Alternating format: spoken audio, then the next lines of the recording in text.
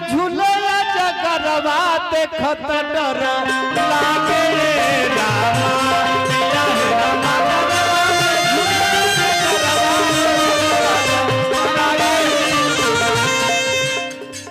देखत डर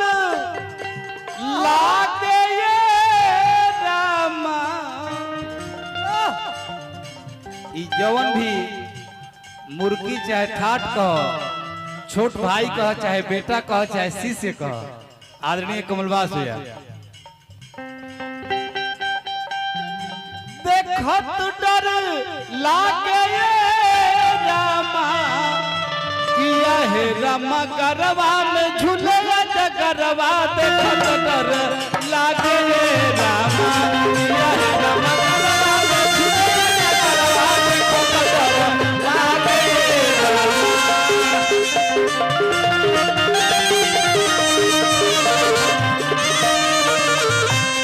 मनोज भैया कि कोई से पसंद पड़ल तहराई दुल्हवाए गौरा देखही में दूरी से लागे बौरहवाए गौरा।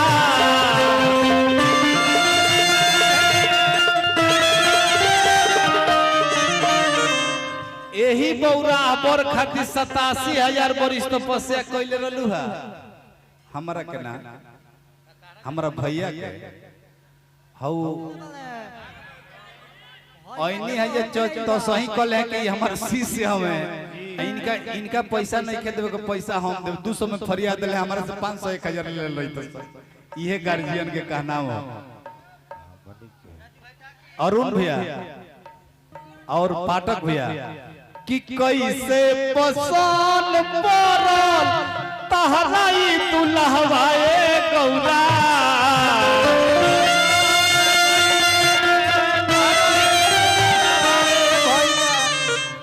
यही पागल बौरा बर खातिर 87,000 वर्ष तपस्या कैले रहलू है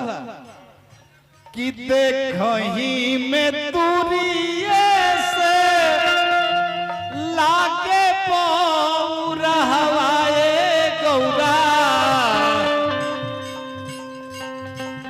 देखही में दूरिये से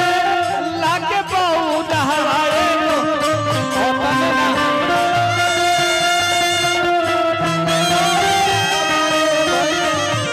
ए समाज में अगर जिए खाए कमाए सिखले बारी जा केहू से आदरणीय कमलवास कौन जी के दिन है। ये हमारा गुरुजी के नाती हैं, स्वर्गीय मुखिया श्री राजेंद्र तिवारी जी, हरेंद्र तिवारी जी के बड़का बेटा है। इनका तो अधिकार बा 250 बीघा के जोतनिया है।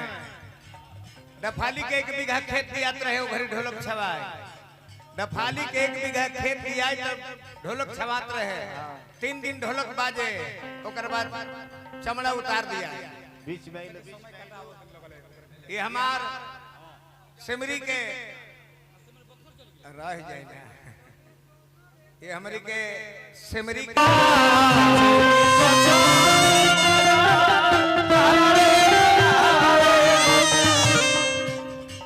बर कन्या अनेक जगमाही यही बौरा बर खातिर 87,000 वर्ष तपस्या कैले रहलू है।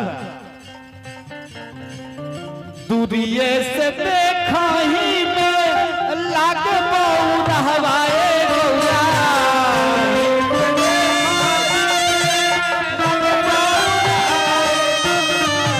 जब समुद्र मंथन भइल भैया तो 20 भगवान भोलेनाथ ही पियली और 20 रहे आ राम कह देनी तो 20 राम कह गई नीलकंठ हो गई। गोपाल भैया तोहरो को नहीं ये बड़ा सुने के बरियारी हमारा कुंवर जी के छोड़ो विधायक का आदेश बा सुने के बाद किया हो गौरा तका तो पियला जहरवा धन्य मोनू बाबा किया हो गौरा तका तो पियला जहरवा देखत डर लागे रामा किया हो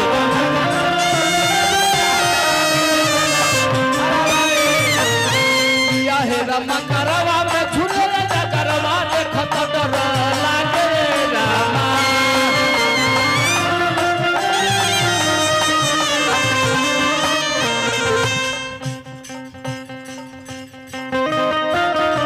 ई दीपक भैया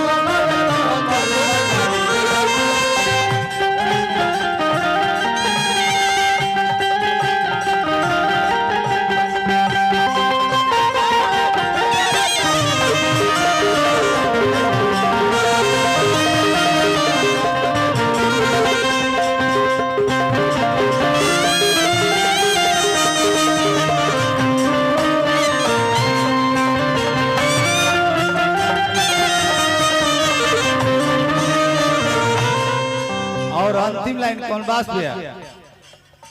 मनोज भैया मोनू बाबा कि तू तो बाड़ू पारी भोरी राजा के धियरियाए गौरा आ बड़वा बूढ़े का बीतल बाऊ मिरियाए गौरा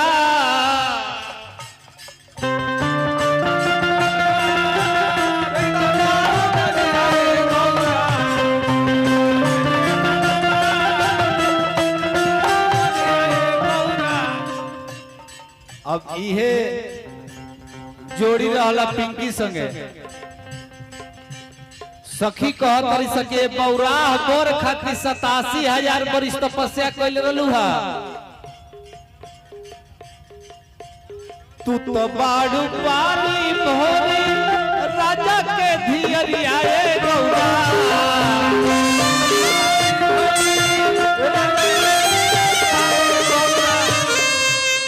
बरवा बूढ़े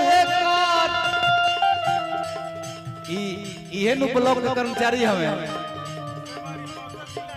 सेमरी बक्सर जिला हाँ पोस्टिंग हो गई बा हाँ हमरा मुखिया जी रामपुर पंचायत बसंत पांडे के भतीजा हजारों रुपया का आशीर्वाद स्वागत बंदन अभिनंदन आ दीपक बाबू के हमारा छोट भाई ए रिंकू भैया तू तो बाड़ू पारी मोहरे राजा के धियरियाए गौरा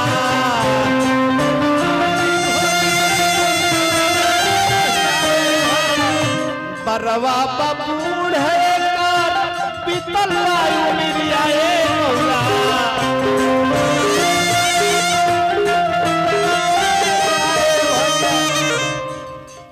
आज पिया के बाई में समाई रही तू तो तू ससुरैतिन कहाई रही तू आज पिया के बाई में समाई रही तू दीपक के छोट भाई छोटू हमें सोनू ए मनोज बाबू कमलबास भैया के इहे सीखले बनी भैया क्रिया खा के कहतनी कि तारा से इहे सीखले बनी कि 3 पीढ़ी के कैसे नाम याद रखल जाला 3 पीढ़ी के नाम अगर केहू गायक कलाकार में याद रखल बताइए रखल बने कि बरवा बूढ़े का बीतल बाऊ मिरियाए गौरा अतन ना हलाहल 20 पियले बड़े मोनू भैया किया है गौरा का दई तो पियला जहरवा देखत डर लागे